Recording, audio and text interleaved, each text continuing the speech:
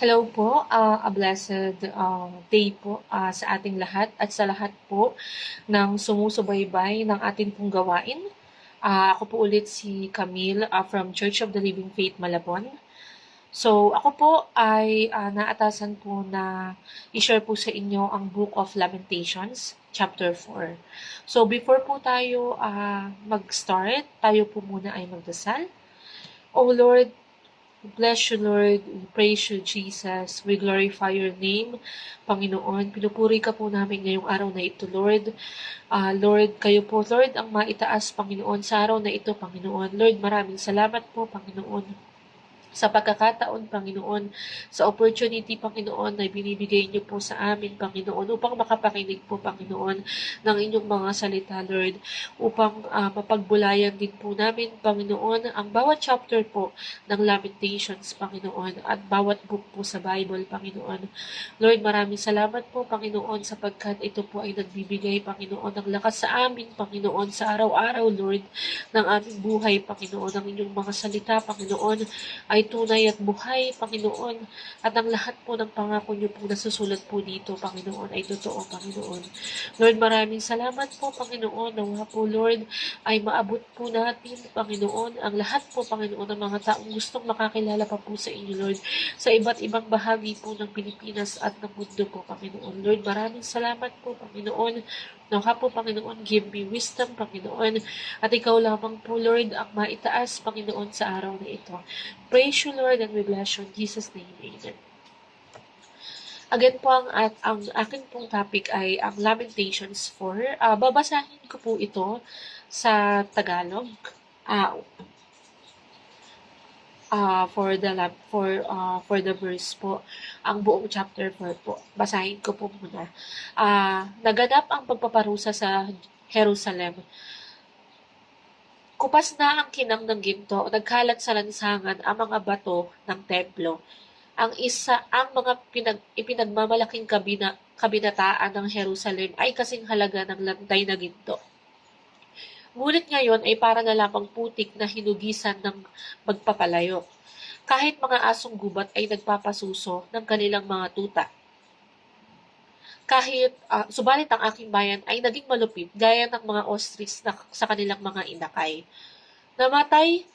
Namamatay sa gutom ang mga batang pasusuhin. Namamalimos ang mga bata, ngunit walang magbigay ng pagkain. Ang mga taong dati sagana sa pagkain dahil sa gutom ay namatay na rin. Ang dating mayayaman ay naghahalungkat, umaasang sa basurahan ay may mabubulatlat. Ang pagpaparusa sa aking bayan ay higit pa sa sinapit ng Sodoma, na isang kisap-matay winasak ng Diyos. Dati ang aming mga pinuno ay matuwid at sindalisay ng yelo. Sila ay matipuno, malakas at malusog. Ngayon mukha nila'y sinitim ng alkitaran. Kanilang mga bangkay sa Jerusalem ay naghambalang. Nangulubot na ang kanilang balat, parang kahoy na natuyo ang kanilang mga buto. Mabuting di hamak ang masawi ka sa digmaan, kesa naman sa gutom ikaw ay mamatay. At dahil walang makain, labis kang nanghina. Kalagim-lagim ang naging bunga ng kapahamakang sinapit ng aking bayan. Upang ang ina ay may makain, kanilang supling ang siyang isinain. Ibinuhos ni Yahweh ang kanyang matinding puot sa lungsod ng Zion. Lahat kanyang tinupok. Hindi naniniwala ang lahat ng hari ng sanlibutan, ni ang kanilang mga nasasakupan na mapapasok ng kaaway ang lungsod ng Jerusalem. Ngunit ito ay naganap dahil sa kasalanan ng mga propeta at sa kasamaan ng mga pari na nagpapatay sa mga walang sala. Ang mga Pinoy parang bulag na palaboy-laboy sa lansangan at natitigbak ng dugo, kaya walang mga has lumapit sa kanila. Lumayo kayo, kayong marurumi, huwag kayong lalapit sa amin, sabi ng mga tao. Kaya't sila'y naging pugante at palaboy-laboy ni isang bansa'y walang nais tumanggap sa kanila. Hindi na sila pinahalagahan ni Yahweh, kaya sila'y pinangalat niya. Hindi na niya kinilala ang mga pari at ang mga pinuno. Nalabo na ang paningin ng paghihintay sa paghihintay ng tulong na hindi na dumating. Naghintay kami sa isang bansang wala namang maitulong. Ang kaaway ay laging nakabantay kahit hindi kami nakalabas sa lansangan. Nabibilang na ang aming mga araw, malapit na ang aming wakas. Ang mga humahabol sa amin ay higit na mabilis kaysa mga agila sa himpapawid. Tinugis nila kami sa mga kabundukan, maging sa ilang ay inabangan. Nabihag nilang ang aming tagapagtanggol, ang tinalaga ni Yahweh, na inaasahan namin mga ngalaga sa amin laban sa mga kaaway. Magalak at matuwa bayan ng Edom at Uz, subalit ang kapahamakan ito'y inyo ring nararanasan. Malalagay ka rin sa lubos na kahiyan. Pinagdusahan na ng Zion ang kanyang mga kasalanan, kaya't lalaya na siya mula sa pagkabihag.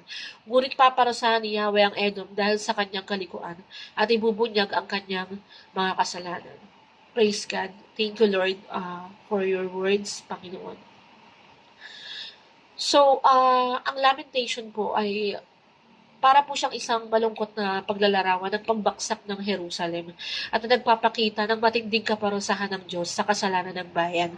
So, isa po itong Lamentations chapter 4 na nagpapatunay na ang Diyos po natin ay tunay na makatarungan sapagkat pinurarusahan niya po ang mga tao or ang isang bansa na malaki ang kasalanan.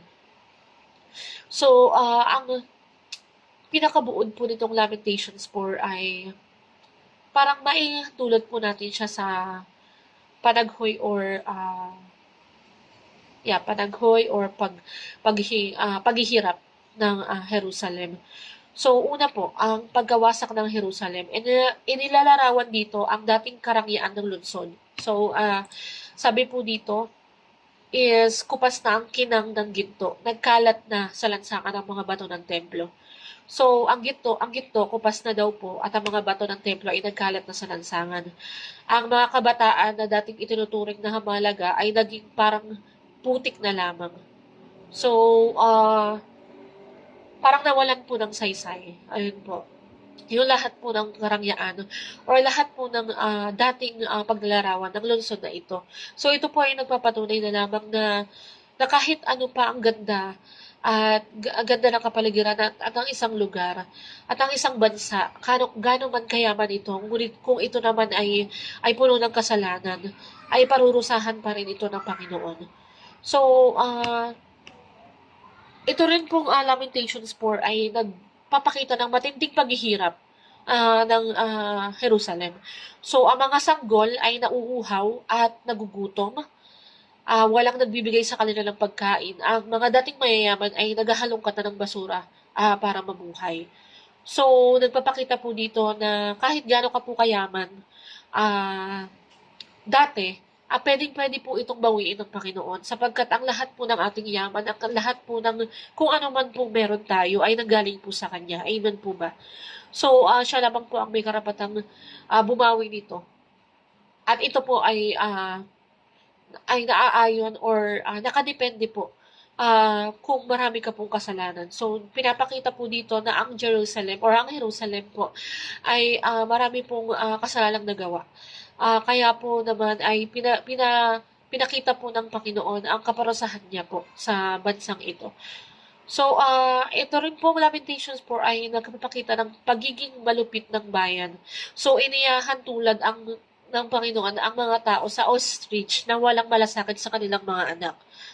So, maging ang mga hayop ay nagpapasuso, ngunit ang bayan ng Diyos ay naging malupit at walang awa. So, hinahantulad po ang mga tao ito sa isang hayop po, which is yung ostrich po, na wala pong awa, na kahit po ang anak po nila ay nawalan po sila ng malasakit, nawalan po sila ng awa. Ganun pong katindi po ang kasalanan na nagawa ng mga tao sa panahong iyon. So, maging ang mga hayop ay nagpapasuso. Ngunit ang bayan ng Diyos ay naging malupit at walang awa. So, nagpapakita po dito ang parusa ng Diyos. Sabi ko nga po kanina na ang galit ng Diyos ay ibinuhos sa Zion. So, ang mga pari at propeta ay hindi na iginagalang. Ang mga dating pinuno ay ang bistulang pulubi at itinakwil na ng mga tao. So, ito po, nagpapakita po na ang Panginoon po ay tunay na makatarungan kasi nagbuhos po siya ng galit sa Zion. So kahit po yung mga propeta at pare ay hindi na po iginagalang. Yung mga dating pinuno po na nagmistulang pulubi na po at itinakwil na po ng mga tao. So, we can compare this to kung ano po yung nangyayari sa atin ngayon sa mga government po natin na corrupt, na sobra po na yung kasalanan nila dahil po sa pera, sa ganid sa pera. So, ang Diyos po, ipapakita niya po in right time po yung galit niya po at yung pagpaparusa niya po sa mga taong nagkakasala. Tulad nga po dito, ang mga pinuno po, ginawa niya pong pulubi at itinakwil na po ng mga tao. So, kaya niya rin po itong gawin sa kasalukuyan sapagkat nagawa niya rin po ito dati.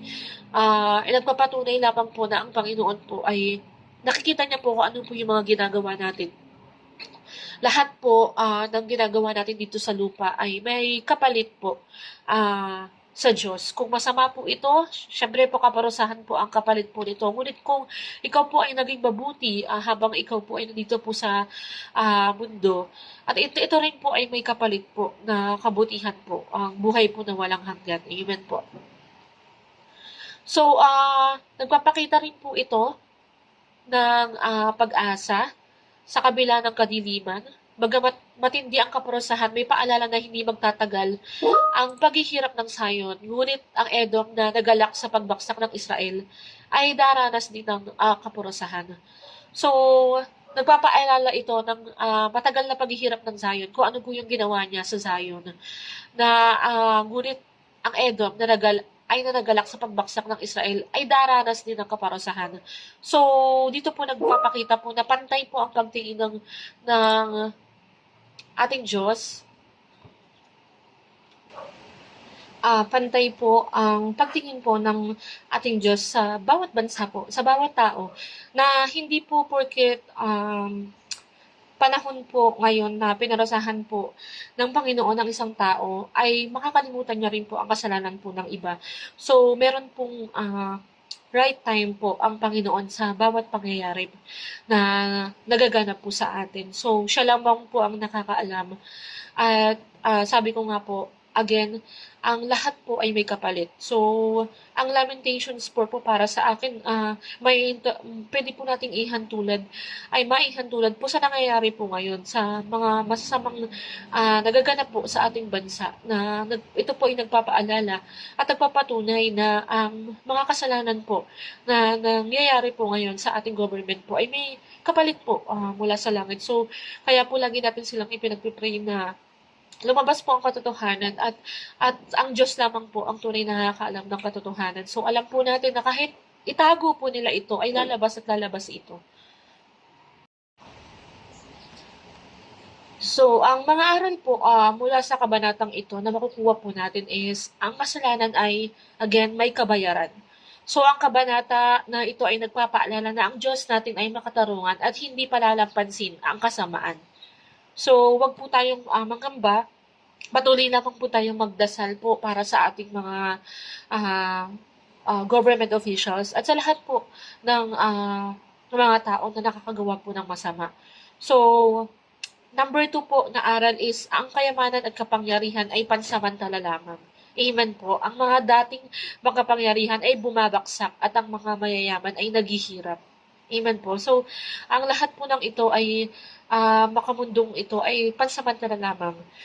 Pinapaalala po ng Panginoon na ang pagtitiwala sa Kanya at ang pag-alala sa Kanya, yun lamang po ang pinakamasaya at pinakamagandang nangyayari po sa buhay natin. So, pangatlo pong aral is, may hangganan ang kaparusahan. Sa kabila ng lahat, may pag-asa pa rin para sa mga tapat sa Diyos. Amen po. So, lahat po ng mga makasalanang tao, lahat po sila may pag-asa pa po. Kaya patuloy po natin silang ipagdasal. Dahil alam ko po na pag tinouch po ng Panginoon ang kanilang mga puso, ay marirealize po nila at malalaman po nila kung ano po ang kanilang mga kasalanan. At pag tinanggap po nila si Jesus sa buhay po nila, lahat naman po tayo galing doon. Dati po tayong makasalanan. Ngunit nung nakilala po natin ang Panginoong Jesus, ay lahat po tayo ay nagbago, lahat po ay nagkaroon po ng saysay at buhay. So, hindi po habang buhay na tayo ay masama, it's our choice pa rin po kung ipagpapatuloy po ito natin. Again, may hangganan po ang kaparasahan ng Panginoon sapagkat siya po ay tunay na mabuti. We are saved by His grace po. So, sobra po tayong dapat magpasalamat sa Panginoon sa lahat po nangyayari sa araw-araw po. Dahil alam po natin na wala po sa atin perfecto. Ngunit by the grace of God, lagi po tayo po ay pinapatawad ng Panginoon. Patuloy lamang po tayo magdasal at syempre po we need to change from glory to glory po. Hindi po pwedeng manatili po tayo sa dati po nating mga gawain at humingi lamang po ng tawad sa Panginoon. Ngunit syempre po dapat po may pagbabago po sa atin. Amen po. Okay, amen.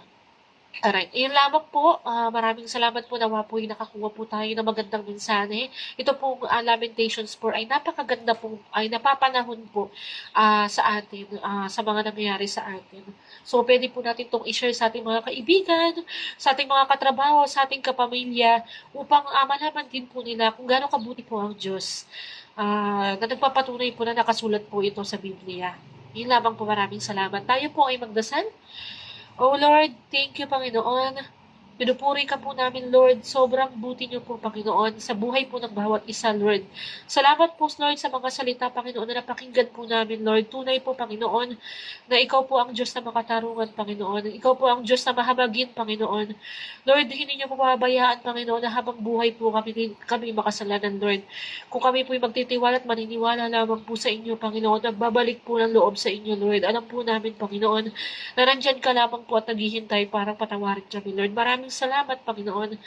Lord, I pray, Panginoon, sa lahat po, Panginoon, na nakadanas po, Panginoon, hindi makawala sa kanilang mga kasalanan, Lord. Lord, pagliwanagin po, Panginoon, ang kanilang kaisipan, Panginoon, ang kanilang mga puso, Lord. Nawa po, Panginoon, bigyan niyo po sila ng dahilan upang mabuhay, Panginoon. Lord, kayo lamang po, Panginoon, ang tunay po, Panginoon, na light po sa aming buhay, Panginoon. Lord, maraming salamat po sa kabutihan niyo po, Lord. Nawa po, Panginoon, marami po makapakinig, Panginoon, ng inyong mga salita, Panginoon, at malaman po nila, Panginoon, kung gaano ka po kabuti, Lord, sa araw-araw po, Lord, ng buhay po namin, Lord. Maraming salamat po. We praise you, Lord, and we bless you, Jesus. In Jesus' name, amen. Thank you po, everyone, and God bless po.